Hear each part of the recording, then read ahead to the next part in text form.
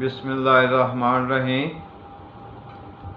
آج مورخہ 22 اکتوبر بروز جمعہ 2021 کا دن ہے۔ اس ویڈیو کا موضوع ہے ازل سے رب کا اصل دین، جو کہ بار بار تمام انبیاء کے اوپر ایک ہی دین، ایک ہی طرح کی صورتحال نازل ہوتی رہی ہے، مگر ہر دفعہ بدخواہوں نے اس میں نئے اختراع پردازی کرتے اصل دین کو چھپایا ہے۔ اصل دین کیا ہے؟ اصل دین یہ ہے کہ ہر نبی، انبیاء، پیغمبر، رسول، ان کے اوپر جو اصل دین کا پیغام آیا، اس کے زیر تحت عبادت کے ساتھ ایک جگہ جمع ہوتے ہوئے ایک دوسرے کی فلاح کرنے کے لیے عبادت خانے تعمیر ہوئے، جنہیں کلیسا، گرجا، مندر، مسجد کی شکل میں۔ اب اس میں اصل دین یہ ہے کہ انسان ایک جگہ جمع ہو کر ایک دوسرے کا بھلا مدد کرتے ہوئے مساوات کے زیر تحت ایک دوسرے کا بھلا کرنا، یہ اصل دین ہے۔ اب میں ہمارے اسلام کے بارے میں ایک اہم وہ مثال پیش کروں گا کہ اذان میں حی علی الفلاح کا لفظ یہ اسی فلاح کے زیر تحت ہے کہ کیا کہا جا رہا ہے؟ آؤ اپنی فلاح کے لیے، یعنی مسجد والا یہ کہہ رہا ہے کہ آؤ ہم آپ کی فلاح کریں گے، مگر ہمیں صرف اور صرف صلاۃ الذکر کے اوپر ہی لگایا گیا ہے۔ اصل صلوات قائم کرنے کا اہم رکن وہ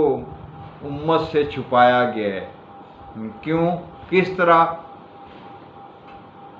انہی کی کتابوں میں موجود ہے کہ حضرت محمد صلی اللہ علیہ وآلہ وسلم کو معلوم ہوا کہ کچھ صحابہ کرام قرآن کے علاوہ میری باتوں کو لکھا ہوا ہے انہوں نے اپنے پاس، تو ان سب کو بلا کے وہ تحریر منگوا کے اس کو جلا دیا گیا، اور تاکید کی کہ آئندہ کوئی بھی میری کسی بات کو وہ تحریر میں نہیں لانا، صرف اور صرف قرآن کو تحریر میں لانا ہے، قرآن کو ہی اہم سمجھنا ہے، اور تمہارے لیے قرآن ہی کافی ہے۔ اور یہ قرآن میں بھی ذکر ہے کہ تمام اہل ایمان کے لیے صرف قرآن ہی کافی ہے، قرآن ہی تمام سوالوں کا جواب قرآن میں موجود ہے۔ ایک آیت کا جو سوال پیدا ہوتا ہے نا، اگر آپ کو سارے قرآن کی سمجھ ہے نا، تو اس کا دوسری آیتیں اس کا جواب دیتی ہیں۔ اور دوسرا کہ ساری توجہ جب آپ کی قرآن میں رہے گی تو آپ جو اللہ تعالیٰ کی حکمت پوشیدہ ہے ان تک پہنچیں گے۔ اب قرون اولیٰ کے جو علماء حق تھے، پروف ہے کہ وہ صرف اور صرف قرآن میں ہی توجہ کرتے ہوئے، غور و فکر کرتے ہوئے، انہوں نے ظاہری سائنس اور روحانی سائنس کے زیر تحت بہت ساری ایجادات کی، اور بہت سارے معاشرتی معاملات میں وہ ایک دوسرے کا بھلا کرتے تھے، اور اسی بھلا کے زیر تحت جو کہ مسجد میں جمع ہونے کا اصل مقصد ہے کہ تم ایک دوسرے کی یہاں مدد کرو، زکوٰۃ اور خیرات کے زیر تحت جو بیت المال بنانے کا اس میں ایک پروف ہے کہ اس سے حاجت مندوں کی حاجت روائی کی جاتی تھی۔ اب اس سسٹم کو دیکھتے ہوئے تیزی سے اسلام پھیلا، اور ایک دنیا کے اوپر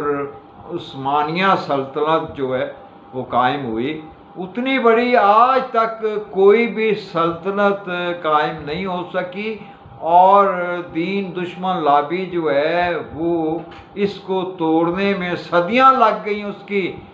کہ وہ اخیر جو ہے یہ 1905 میں یا اس کے قریب قریب آ کے جو ہے مکمل طور پہ عثمانیہ سلطنت کو ڈسٹرب کیا انہوں نے۔ زکوٰۃ کے بدلے انہوں نے ٹیکس متعارف کرایا، اور جو مساوات کا اللہ کا حکم تھا کہ جمع ہونے کا مقصد، اس کو بلدیاتی نظام میں جو ہے بھلا کرنے کا، بہبود کرنے کا، یعنی نعم البدل جو ہے یہ انہوں نے دیا اپنی طرف سے۔ مگر آپ آج دیکھ لیں کہ سارے انسان کے بنائے ہوئے نظام جو ہے وہ فیل ہو چکے ہیں، کرپٹ ہو چکے ہیں۔ تو اشد ضرورت ہے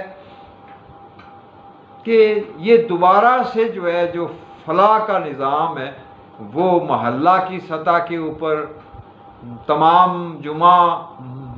مساجد جو ہیں ان کے ذریعے، یا جتنے بھی یوسی حلقہ ہیں ان کے زیر تحت جو ہے یہ سسٹم بنایا جائے، تب ہی دنیا میں قائم ہو، امن قائم ہوگا، ادروائز نہیں۔ اب اس کو جو ہے ڈسٹرب کرنے کا جو آغاز ہوا جب حضور پاک صلی اللہ علیہ وآلہ وسلم نے تاکید کی کہ قرآن کے علاوہ جو ہے آپ نے کچھ نہیں لکھنا،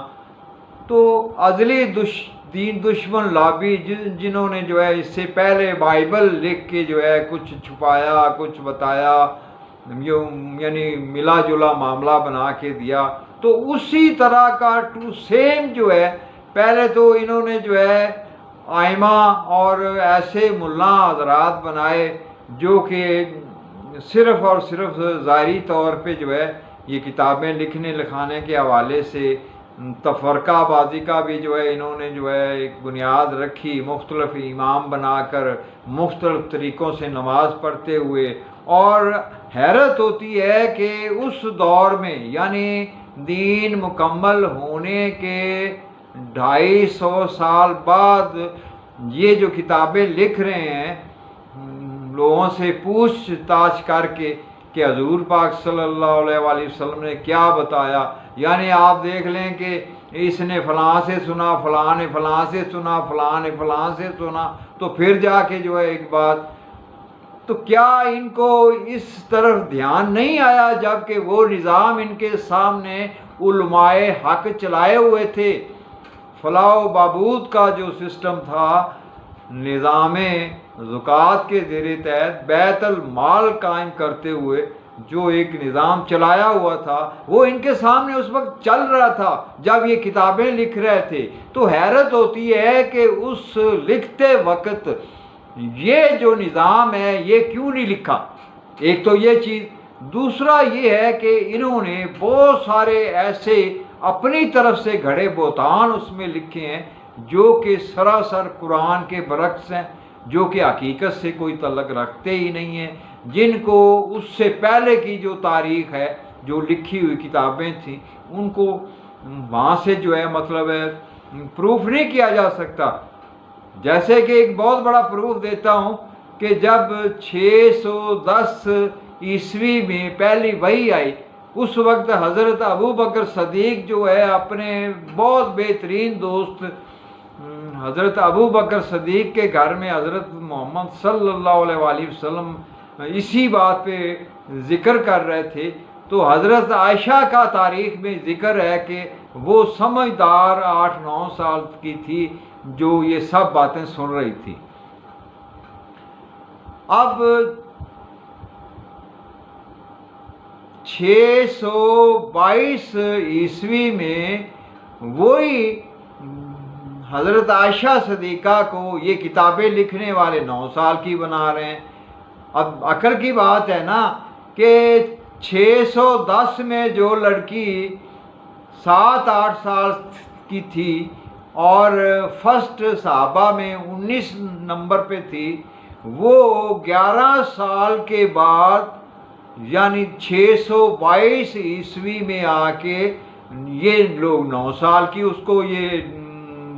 غلط ملط کتابیں لکھنے والے لکھ رہے ہیں، تو اسی کے اوپر دنیا کے اوپر جو ہے غیر مسلم آج جو ہے یہ مسلمانوں کی انسلٹ کر رہے ہیں، گستاخیاں کر رہے ہیں، کارٹون بنا رہے ہیں یا جس طرح بھی. اور بڑی حیرت ہوتی ہے کہ کنفرم شدہ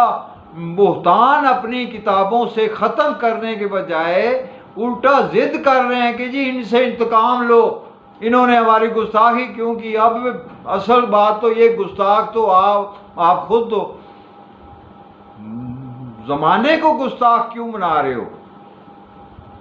ایک چیز. دوسرا یہ ہے کہ جب مسجد میں جمع ہونے کا مقصد یہ ہے کہ آؤ ہم تمہاری فلاح کریں گے، لوگ تو آتے ہیں مسجد میں، مگر لوگوں میں بھی یہ جو ہے ضرورت نہیں ہے کہ وہ پوچھیں کہ وہ جی فلاح کا نظام کدھر ہے، ہم جو ہے ایک دوسرے کی فلاح کریں. تو وہ سسٹم انہوں نے چھپایا ہوا ہے. اب اصل دین اللہ کا اہم رکن جو ہے وہ چھپا کے جو ہے باقی کی صورتحال کرنا، تو کیا ایسا ہو سکتا ہے؟ اللہ تعالیٰ تو کہتا ہے کہ پورے کے پورے اسلام میں داخل ہو اور پورا کا پورا حکم جو ہے مانو، مگر انہوں نے تو کچھ چھپایا ہوا ہے اور کچھ کے اوپر واضح ہیں. مثال کے طور پہ سورۃ انعام 159 کے اندر جو ہے اللہ تعالیٰ واضح کہہ رہا ہے کہ جنہوں نے اپنے دین کو ٹکڑے ٹکڑے کر رکھا ہے، الگ الگ جماعتوں میں ہو گئے، ان کا آپ سے کوئی تعلق نہیں ہے. اب اس سے یہ چیز ثابت ہوتی ہے کہ یہ جو اپنے اپنے ٹریڈ مارک بنائے پھر رہے ہیں، پگڑی داڑھی اور جو ہے وہ مطلب ہے اپنے اپنے رنگ، اپنے اپنے الفاظ، یعنی یہ جو گروہ ہوئے پھرتے ہیں اصل دین سے ہٹ کے، تو یہ تو جو ہے دین سے خارج ہے. جبکہ تمام انبیاء کا، تمام صالحین کا، تمام اہل ایمان کا اصل مسلک جو ہے وہ طریقہ ابراہیم ہے، جس کے اوپر تمام انبیاء، تمام صالحین، تمام اہل ایمان قائم تھے اور آج بھی ہیں. یہ سند جو ہے اور یہ حکم اللہ کی طرف سے سورۃ الانعام نمبر جو ہے آیت کا 161 ہے، یعنی 161. اس میں آپ جو ہے بالکل دیکھیں کہ یہی تمام کا مسلک اور دین تھا. اور اس کے علاوہ ساتھ میں اگر کسی نے بے سند اپنا کوئی مسلک رکھا ہوا ہے، اپنا کوئی طریقہ رکھا ہوا ہے، تو وہ شرک میں شمار ہوتا ہے. اب کیا ثابت ہوا کہ یہ دین سے خارج بھی ہیں اور مشرک بھی ہیں. اور پھر جو ہے یہ 300 سال دین مکمل ہونے کے 300 سال بعد جو ہے یہ کتابیں لکھ رہے ہیں غلط ملط. اور ان کا جو بیک گراؤنڈ ادارہ ہے آج بھی برطانیہ میں یہودی اسلامی مدرسہ قائم ہے، جس میں ہر قوم، ہر خطہ بولی کے حساب سے، ملک کے حساب سے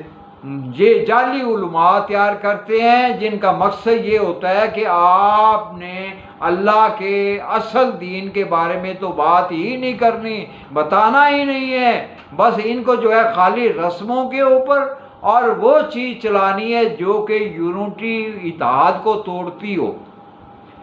اتحاد کو توڑنے کا مقصد اور